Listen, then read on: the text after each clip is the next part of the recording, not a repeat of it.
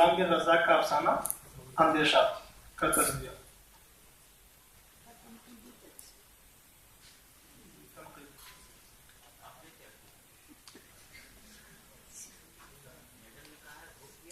اصل میں ہے لیکن تجزیہ زیادہ ہے. تنقیدی تجزیہ اندیشہ تنقیدی تجزیہ آپ صحیح ہو. اسلام بن رزاق اصل حاضر کے معتبر افسانہ نگار ہیں. انہوں نے اپنے افسانے کا آغاز 20ویں صدی کے 7ویں دہائی سے کیا. یہ دور علامتی و تجریدی افسانے کے عروج کا دور تھا. اس دور میں افسانے سے کہانی اور ادب سے قاری کا رشتہ ٹوٹ رہا تھا. اسلام بن رزاق نے بھی ابتدا میں تجریدی و علامتی افسانے لکھے، لیکن جلد ہی وہ بھول کی چار دیواری سے باہر نکل کر افسانے میں بیانیہ انداز اور کہانی پن کو واپسی دلانے میں ایک نمایاں کردار ادا کیا. جستا سجادہ کے مدار پر گھومتے ہیں، یعنی ادب سماج سے جب چکر لگاتا ہے. سماجی تبدیلی سے سب سے پہلے متاثر ہونے والی ذات انسان کی ہے اور انسانوں میں تخلیق ہے. اسلام بن رزاق نے زیر نظر افسانہ اندیشہ 2000 عیسوی میں تخلیق کیا. 20ویں صدی کی اس دہائی میں باب المسجد کو منہدم کیا گیا اور اس انہدام کے بعد ملک کے کئی شعبوں میں فرقہ وارانہ فسادات برپا کیے گئے. اگرچہ افسانہ نگار نے اس افسانے میں کسی فساد کے منظر کو پیش نہیں کیا ہے، تاہم فساد کے بعد ملک پر پڑنے والے خطرناک اثرات کی نشاندہی کی ہے. فسادات کچھ چند گھنٹوں یا چند دنوں میں ختم ہو جاتے ہیں، لیکن اس کا خوف لوگوں کو خاص طور پر قتل کے طبقے کو سالوں سال اپنی گرفت میں لیے رہتا ہے.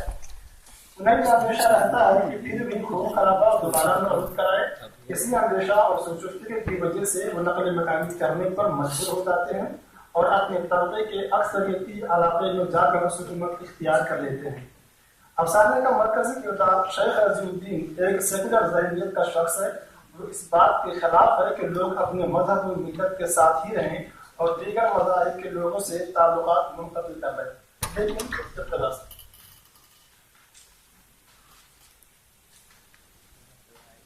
ریٹائرمنٹ کے بعد جب نیا مکان لینے کی بات چلی تو ان کے دونوں بیٹوں نے صاف طور پر کہا تھا اس میں فسادات میں ہم یہاں لڑتے بچے ہیں، لہٰذا مکان ایسی جگہ لیا جائے جہاں اپنے لوگ ہوں. انہوں نے مخالفت کرنا چاہی تو بیوی نے ڈپٹ دیا.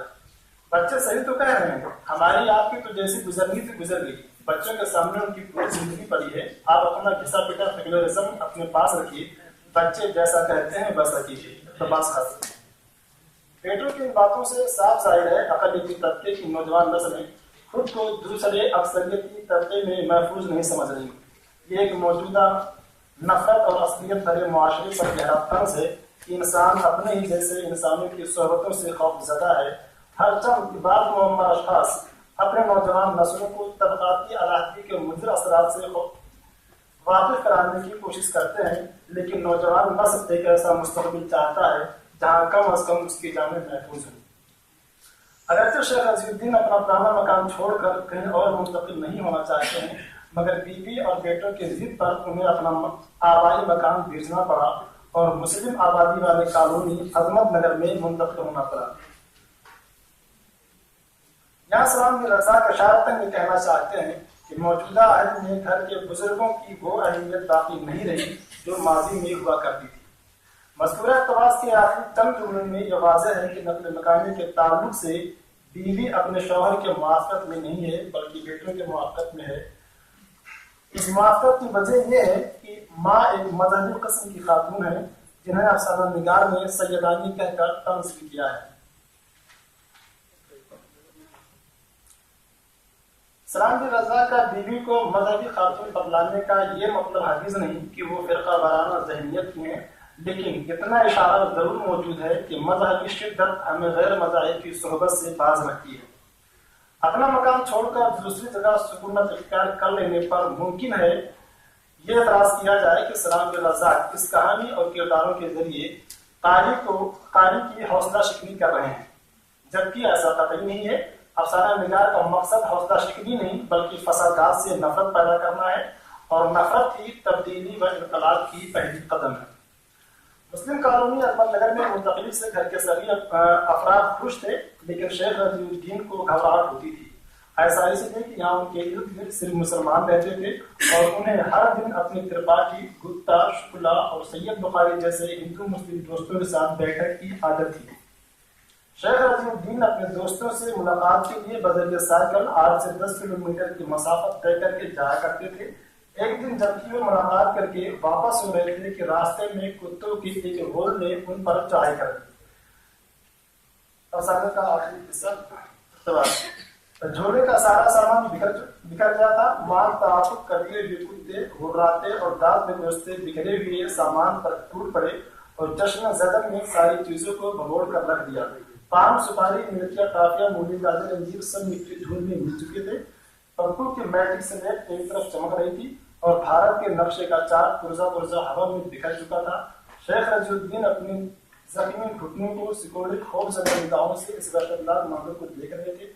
چند لمحوں میں ایک ایک چیز کو تحس نحس کرنے کے بعد وہ سارے کتے آس پاس کی درمیان دھاریوں کے درمیان پھیلے اندھیرے میں یوں غائب ہو گئے گویا وہ اسی اندھیرے کا حصہ رہے ہوں۔ اقتباس کا اس اقتباس میں سلام رزاق نے اس جامع کے ذریعے کئی نکات کی طرف اشارہ کیا ہے۔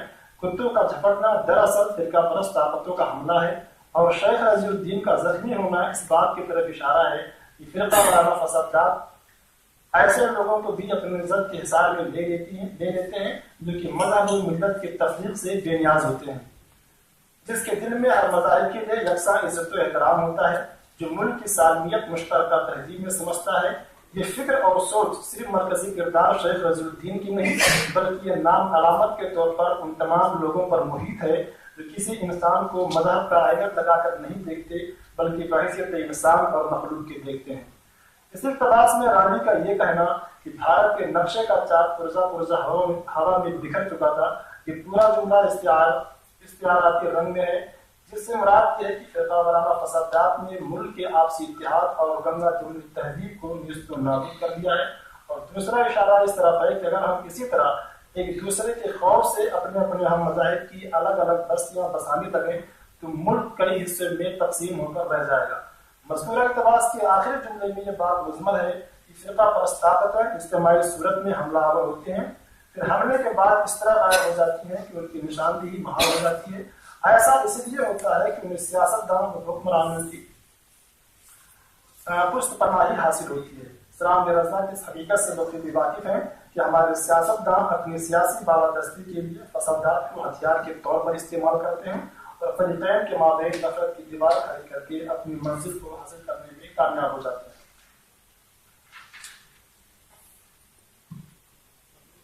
بظاہر ایک سادہ سا افسانہ ہے جو کسی پیچیدگی و ابہام کے بغیر انجام تک پہنچتا ہے۔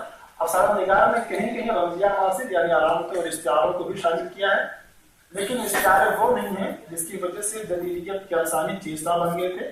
ان استعاروں کے معنویاتی انسلاکات سے پردہ اٹھانے میں قاری اتحاد کا شکار نہیں ہوتا بلکہ دلچسپی کا مظاہرہ کرتا ہے۔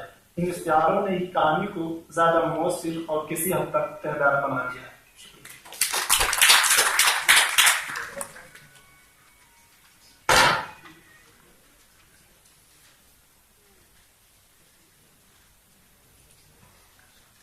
بہت خوب محمد نسیم صاحب اپنا تجزیاتی مضمون پیش کر رہے تھے۔ اس چیتن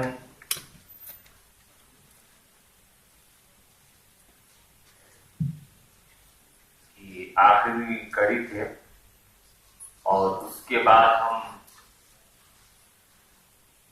صدارتی تاثرات و کلمات کے لیے عمران احمد کو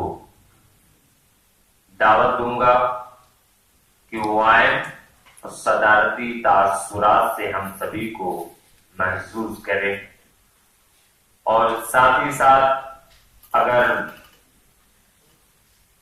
ہمارے دوستوں نے کہیں پر کچھ خامی ان میں رہی ہو تو اس کی نشاندہی بھی کریں، کیونکہ یہ صدر کی جو ہے ذمہ داری بھی ہوتی ہے اور اس پہ کسی کو برا بھی نہیں ماننا چاہیے، کیونکہ نشتر جو لگاتا ہے وہ دشمن نہیں ہوتا۔ اسی کے ساتھ میں حمران احمد صاحب کو صدارتی تاثرات کے لیے پیش کر رہا ہوں کہ وہ آئیں اور اپنا تاثر دیں۔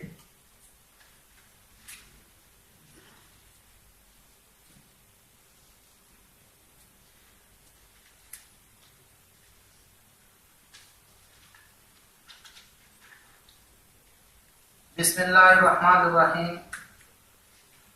عالی جناب استاد محترم، میرے پی ایچ ڈی کے نگراں کار اور ہم سب کے میر کارواں پروفیسر ابوالکلام صاحب، ڈاکٹر فیروز احمد صاحب، استانی محترمہ مسرت جہاں صاحبہ اور ہمارے شعبے کے دیگر اساتذہ کرام اور تمام طلباء و طالبات، السلام علیکم ورحمۃ اللہ وبرکاتہ۔ وعلیکم السلام۔ معزز حاضرین، قبل اس کے کہ اس نشست میں جو مقالے یا افسانے پیش کیے گئے ہیں میں اس پر اپنے تاثرات اور خیالات کا اظہار کروں، میرے کچھ دلی جذبات و احساسات ہیں، میں ان کا اظہار کرنا مناسب سمجھتا ہوں۔ سب سے پہلے میں اللہ رب العزت کی بارگاہ میں شکر و امتناع پیش کرتا ہوں کہ اللہ تبارک و تعالیٰ نے اس بامقصد پروگرام میں مجھے حاضری کی سعادت بخشی، اور ساتھ ہی ساتھ اے ڈی ایف کے تمام ذمہ داران کا میں شکر گزار ہوں کہ میری حوصلہ افزائی کے لیے، مجھے عزت بخشنے کے لیے صدارت کی اہم ذمہ داری میرے دوش ناتواں پر ڈالی۔ اور ساتھ ہی ساتھ یہاں پر بیٹھے ہوئے میں تمام اپنے اساتذہ کرام کو ایک بار پھر سلام کرتا ہوں کہ ان کی جو جگہیں تھیں وہ اپنی جگہوں سے ہٹ گئے اور ہماری ہمت افزائی کے لیے اس مقام پر ہمیں بیٹھایا۔ آج کی اس نشست میں پہلا جو افسانہ پیش کیا گیا وہ نثار احمد صاحب کا تھا اور افسانے کا عنوان تھا ادھوری کہانی۔ ماشاءاللہ ان کا انداز بیان، پیشکش کرنے کا طریقہ بہت خوب تھا۔ اس سے پہلے بھی میں نے ایک آدھ افسانے ان کے سنے تھے اور وہ بھی بہت خوب سے خوب تر تھے۔ ان کے افسانے میں میں نے جو ایک خاص بات محسوس کی وہ قصہ پن تھا۔ قصہ پن کا مطلب یہ ہوتا ہے کہ آگے کیا ہوا اور کیا ہونے والا ہے۔ جب یہ افسانہ پڑھ رہے تھے تو ہم تمام لوگ دھیان اور توجہ کے ساتھ سن رہے تھے کہ آگے کہانی میں کیا ہونے والا ہے۔ واقعی ان کی کہانی، ادھوری کہانی، بہت ہی عمدہ اور بہت بہترین کہانی تھی۔ فکری اور فنی اعتبار سے بہت اچھی کہانی تھی۔ میرا یہ خیال ہے کہ اگر انہوں نے اسی طرح اپنی محنت کو جاری و ساری رکھا تو مستقبل قریب میں ایک بہترین افسانہ نگار سے جانے جائیں گے۔ اس کے بعد ایک نہایت ہی پرمغز مقالہ ہمارے دوست اشتیاق احمد صاحب نے پیش کیا۔ مقالے کا عنوان تھا کلیم عاجز کی شاعری میں درد و کسل۔ کلیم عاجز کا نام میں پہلے بھی جانتا تھا، وہ جو شاعری کا سبب ہوا وہ معاملہ بھی عجب ہوا، یہ شعر بھی میں سنا تھا، مگر کلیم عاجز کے بارے میں اتنی تفصیلات کے ساتھ اور اتنے مدلل انداز میں باتیں میں نہیں جانتا تھا۔ ہم نے بہت پہلے مقالے کی تعریف پڑھی تھی کہ مقالہ عالمانہ افکار کو مدلل انداز میں پیش کر دیا جائے وہی بہترین مقالہ ہوتا ہے۔ واقعی انہوں نے عالمانہ افکار کو اور کلیم عاجز کے بارے میں ان کی شاعری کے تعلق سے بڑی تفصیل کے ساتھ روشنی ڈالی اور ہم سب لوگ اس سے مستفید ہوئے۔ انشاءاللہ یہ بھی ایک بہترین مقالات کا بن کر ابھریں گے۔ اس کے بعد تیسرا افسانہ ہے مہتاب عالم صاحب کا، اور ان کے افسانے کا عنوان تھا دو وقت کی روٹی کے لیے۔ جب میں نے یہ عنوان سنا اور جیسے ہی انہوں نے افسانہ اپنا شروع کیا تو اسکول کے اندر، اسکول کی چہار دیواری کے اندر جو ماحول پیش آتے ہیں بہت سارا میں نے اپنی آنکھوں سے دیکھا ہے، وہ تمام کا تمام منظر میری آنکھوں کے سامنے آ گیا۔ طلبا کی فیس کے لیے اسکول میں ان کے ساتھ کیسا سلوک کیا جاتا ہے. آج ہمارے معاشرے میں ہر ایک آدمی اس سے واقف ہے.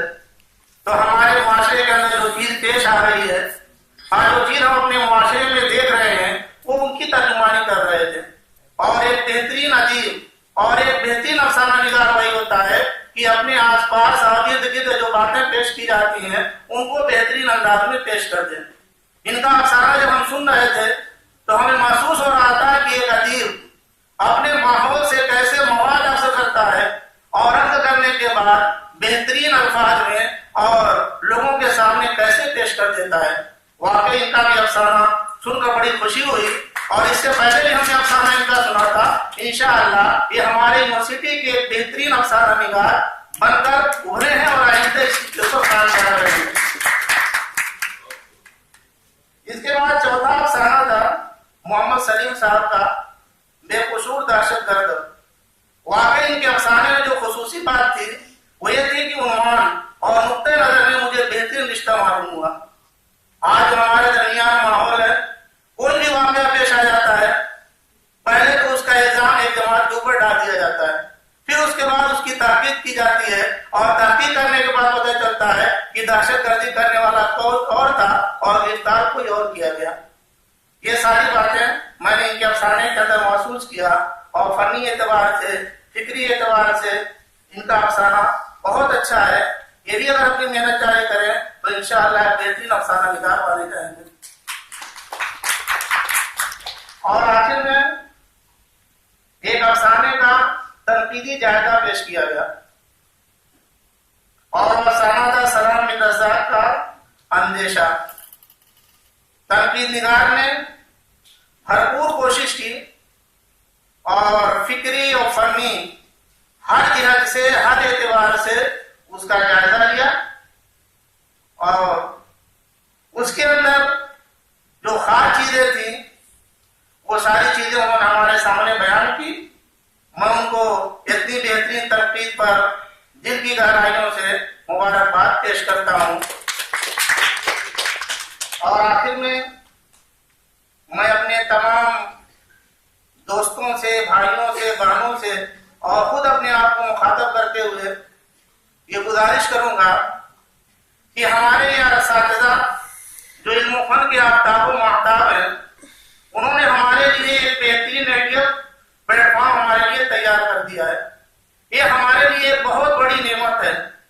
ہر انسان کے اندر، ہر طالب علم کے اندر اللہ تعالیٰ کوئی نہ کوئی صلاحیت رکھتے ہیں. جب وہ استعمال کرتا ہے تو اللہ تعالیٰ اس کو اور ترقی دیتے ہیں.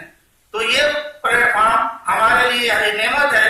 ہر ایک کو کوشش کرنا چاہیے کہ یہاں پر آئیں اور اپنی زبان کی اصلاح کریں.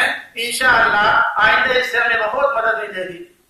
اور یاد رکھیے میرے عزیز دوستو، اگر ہم نے تعلیمی کے زمانے میں یہاں پر نہیں آئے تو پھر آئندہ ہمارے لیے بڑی مشکلات سامنے آئیں گی. ایک صاحب کو میں جانتا ہوں، جب وہ درس دیتے ہیں تو ان کی زبان کیسی کی طریقے سے چلتی ہے. جب وہ منطق اور فلسفہ پڑھاتے تھے تو لوگ کہتے تھے کہ آپ امام المنطق و فلسفہ ہیں. میں نہیں، دوسرے لوگ بھی بہت ان کی تعریف کرتے ہیں، مگر واقعہ ہے کہ ایک مرتبہ جلسہ میں ان کو صرف تائید کرنے کا تھا اسٹیج کے اوپر کہ صدارت کے لیے جن کا نامی گرامی پیش کیا گیا ہے میں تائید کرتا ہوں. اتنے سینٹینس ان کو بولنے تھے مگر وہ لڑکھڑا گئے اور صحیح طریقے سے اس کلمات کو نہیں ادا کر سکے. بات انہوں نے بتایا کہ کبھی میں اسٹیج پہ نہیں آیا تھا جس کی بنیاد پر مجھ سے ایسا ہو جاتا ہے کہ میں درسگاہ میں بہترین پڑھا لیتا ہوں مگر یہاں پر میری زبان سے وہ کلمات صحیح طریقے سے ادا نہیں ہو سکے. لہٰذا میں تمام اپنے دوستوں کو اور خود اپنے آپ کو بھی مخاطب کرتا ہوں کہ اس میں بڑھ چڑھ کر حصہ لیں. انشاءاللہ کامیابی قدم چنے گی. پھر آخر میں تمام لوگوں کا شکریہ ادا کرتا ہوں. جزاک اللہ.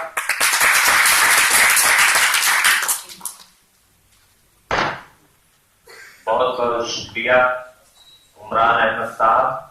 صدارتی کلمات اور اپنے صدارتی فرائض کو بڑی خوبی کے ساتھ آپ نے انجام دیا اور ہمارے جو بھی شرکا تھے ان کی خوبیوں کو آپ نے سبھی کے سامنے اجاگر کیا.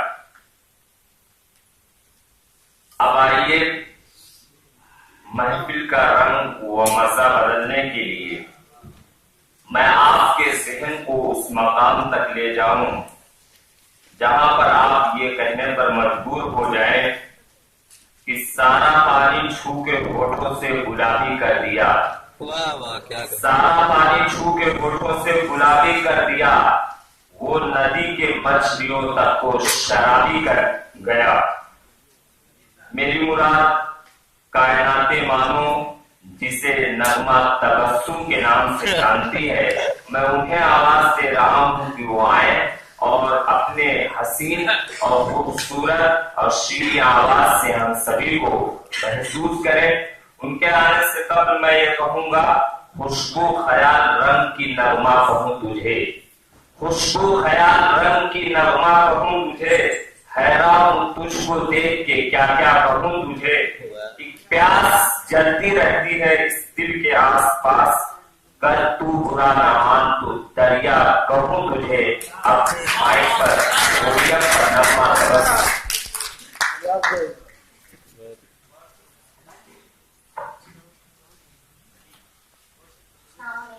وعلیکم السلام۔